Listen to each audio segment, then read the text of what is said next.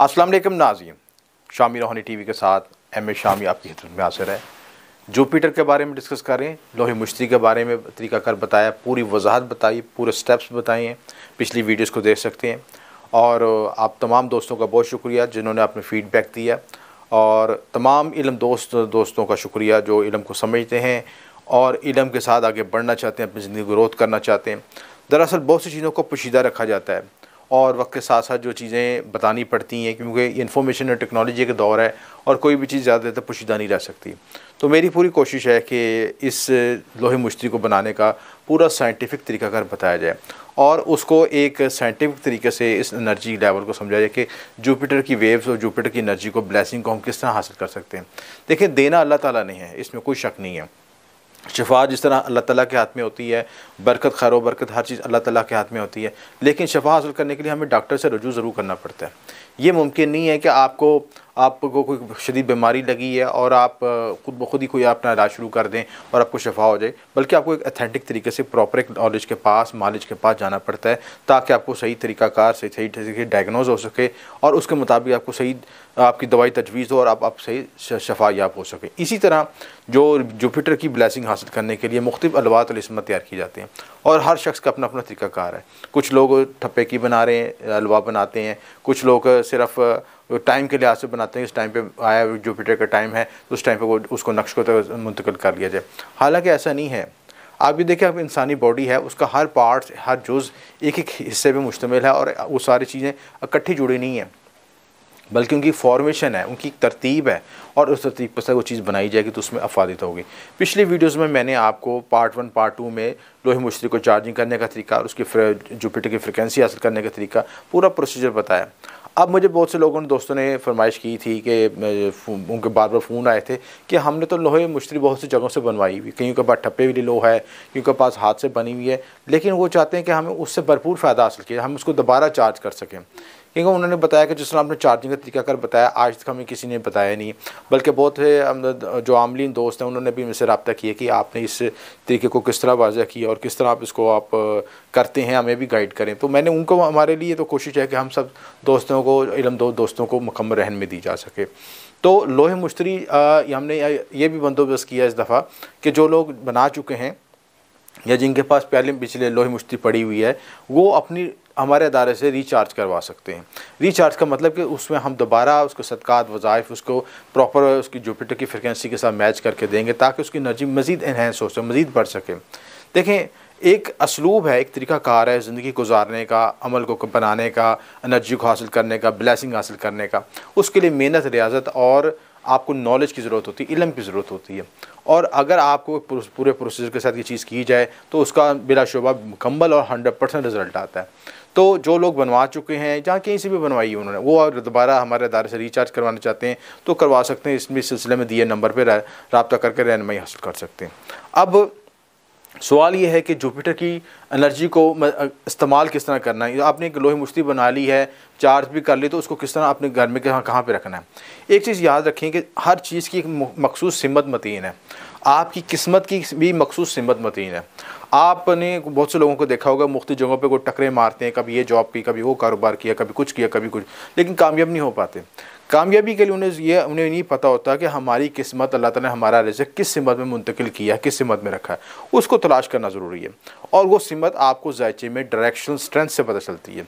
यानी जुपिटर की जो डायरेक्शन स्ट्रेंथ होती है वो आपको ब्लेसिंग बताती है कि आपको जुपिटर आपके ज़ायचे में यहाँ पड़ा है, आपको किस तरह अपनी ब्लेसिंग हासिल करनी है। तो जुपिटर की जो ब्लेसिंग है हासिल करने के लिए, वैसे तो तमाम उसकी शवाएँ, उसकी वेव्स पूरी कायनात में फैली हुई हैं, लेकिन उसकी मखसूस सिमत कब बनती है? ईस्ट सिमत बनती है, जहाँ पे उसको दशा बल हासिल होता है। दशा बल का मतलब डायरेक्शन स्ट्रेंथ। डायरेक्शन स्ट्रेंथ वो कुव्वत होती है जिसमें सितारा अपनी कुव्वत, अपनी मैक्सिमम परफॉर्मेंस दे सकता है। अगर आप असेंडेंट के लिहाज से अगर ज़ायचे का रीड किया जाए तो ज़ायचे में जो एनालिसिस किया जाता है कि जुपिटर में हम असेंडेंट में सबसे बेहतर को समझते हैं, जुपिटर मरकरी को हम फर्स्ट हाउस में बेस्ट समझते हैं और उसकी यहाँ पे उसको डायरेक्शन स्ट्रेंथ होती है। इस सैटर्न को 7वें घर में, मून और वीनस को 4th हाउस में और मार्स और सन को हम 10th हाउस में देखते हैं। तो यहाँ पे इन प्लैनेट्स की डायरेक्शन स्ट्रेंथ होती है। इसी तरह इस अमल को बनाने के लिए लाजम है कि अगर आप उसकी मैक्सिमम पावर हासिल करना चाहते हैं तो अमल भी आप ईस्ट हिम्मत में बैठ के करें। यानी ईस्ट सिमत का मतलब ये है कि आपके जो आपने लवाजमत तैयार की हैं लोह कुंदा करने के लिए, जो नक्श बनाने के लिए, उसकी डायमेंशन भी ईस्ट हो। और ईस्ट सिमत जो है यानी मशरक़, उसको आप कंपोज के ज़रिए मालूम करके आप दर की या किसी दाम पे जहाँ भी आप ये अमल तैयार करना है, ये चीज़ चार्ज करनी है, उसकी डायरेक्शन स्ट्रेंथ निकालें और उसके बाद वहाँ पे बैठें, और उसके बैठने से वो वेव्स आपकी ज़्यादा एक्टिवेट होंगी। इसके बाद जो रिचार्ज करने के लिए जो लोग दोस्त खुद रिचार्ज करना चाहते हैं, उनको मैं दोबारा प्रोसीजर समझा रहा हूँ। अपने लो को अपने सामने रख के उसको रिचार्ज करने के लिए जो प्रोसीजर इख्तियार कर सकते हैं। पहली सिमत क्या बताई मैंने आपको कि डायरेक्शन स्ट्रेंथ में बैठें। डायरेक्शन स्ट्रेंथ क्या है? जुपिटर की डायरेक्शन स्ट्रेंथ है ईस्ट, यानी मशरक़ की सिमत में बैठें। उसके बाद दूसरे मैंने आपको तरीकाकार बताया, ये उन चीज़ों उन लोगों के लिए बता रहा हूँ जिनके पास लोहे मुश्तरी मौजूद है या जो मौजूदा लोहे मुश्तरी को रिचार्ज करना चाहते हैं खुद अपने तरीके से। ईस्ट सिमत में बैठें। उसके बाद जो आपने क्या करना है कि लोह को आपने सोने में रखना है। सोना वो धात होती है जो कि जुपिटर की ब्लेसिंग को एनहांस करती है। असल में ये अलवा तिलिस्मत आज से जो हज़ारों साल पहले बादशाह और वज़रा और अमीर लोग अपने लिए बनवाते थे, कुंदा करवाते थे। उस वक्त ये बहुत पोशीदा राज थे और आम आवाम तक नहीं पहुँचती चीज़ें। तो कोशिश ये होती थी कि ये आवाम और आम और ख़ास और बंदों के दरमियान तमीज़ की जाए, और दोनों ये जो ब्लेसिंग है, जो सारी चीज़ें माल दौलत के ज़िक्र है, मामलात हैं, वो बादशाह तक महदूद रहें। चाहे वो बादशाह वो जो है फ़िरौन के दौर का हो या किसी भी दौर का हो। कोशिश यही थी कि अपनी हाकिमियत बरकरार रखने के लिए, अपने आप को ताकतवर साबित करने के लिए, मौल दौलत का क़ुव्वत हासिल करने के लिए वो ऐसे तिलिस्म कुंदवा करके अपने पास रखते थे, अपने तख्त में रखते थे, अपनी जो उनके पास ताज होते थे उसके अंदर कुंदा करवाते थे। ये वो राज हैं जो मैं आपसे डिस्कस कर रहा हूँ। अब इसी तरह जो है डायरेक्शन स्ट्रेंथ के बाद आपने ये करना है कि जो इस सिमट में बैठ के उसके अंदर लो को सोने में रखना, सोने में रख के चार्ज करना है। और जुपिटर का दिन क्या है? जुमेरात वाले दिन अमल करना है और साथ मुश्तरी में करना है। और पहली साथ में करें तो ज़्यादा बेहतर, क्योंकि पहली साथ वो होती है कि जुपिटर की जो स्ट्रेंथ है वो दिन में ताकतवर होती है।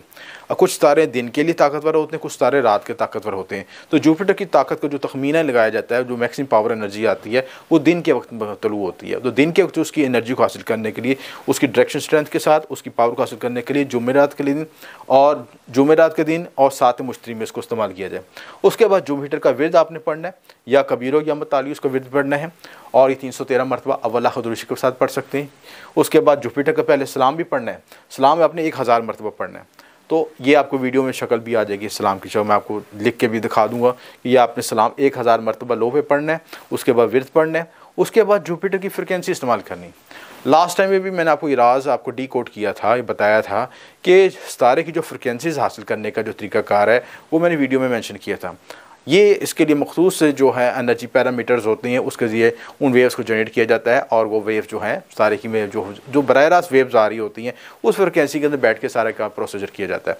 इससे इसकी पावर कई गुना और बढ़ जाती है।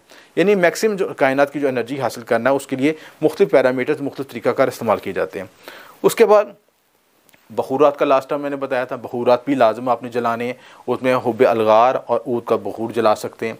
ऊद का बुलाएं तो मेरा सबसे बेस्ट है, मैं इसको, और मूशक की खुशबू लगाएं, अपने कपड़ों पे जर्द करके कपड़े पहनें और ये सारा प्रोसीजर करें।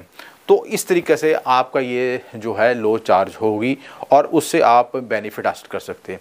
वो लोग भी हासिल कर सकते हैं जिन्होंने पहले बनवा के रखी हुई है और उसको भूल चुके हैं, और बाद लोग तो ये भी इससे गिला करते हैं कि हमें फ़ायदा नहीं हुआ। यहाँ पे एक नुक्ता बताना ज़रूरी है कि लो को हासिल करने के बाद उससे फ़ायदा हासिल करने का भी एक तरीक़ाकार है।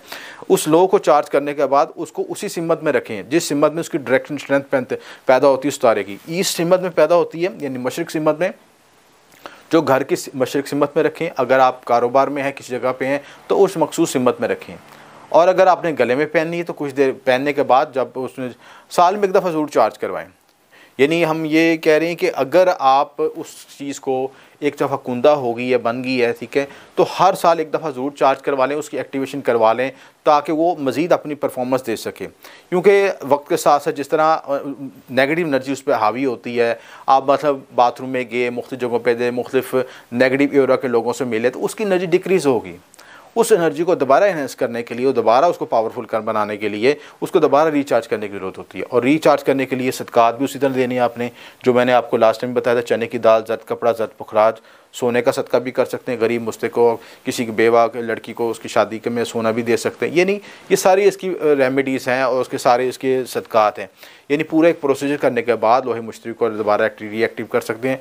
और जिन लोगों ने अलवा कहीं से भी बनवाई है वो इस प्रोसेस से इस रिचार्ज करवा के उसको आप दोबारा एनर्जी को इन्हेंस कर सकते हैं, दोबारा हासिल कर सकते हैं और अपने जुमला मकासद में कामयाब हो सकते हैं। एक चीज़ याद रखिएगा, नुक्ता नज़र याद रखिएगा कि लोगों के साथ, तिलिस्मात के साथ आपके एक चीज़ सबसे इंपॉर्टेंट चीज़ है, वो है कर्म। जब तक आपकी कर्मा एनर्जी पॉजिटिव नहीं होती, आपको अलवा का तिलिस्मा का फ़ायदा नहीं होता।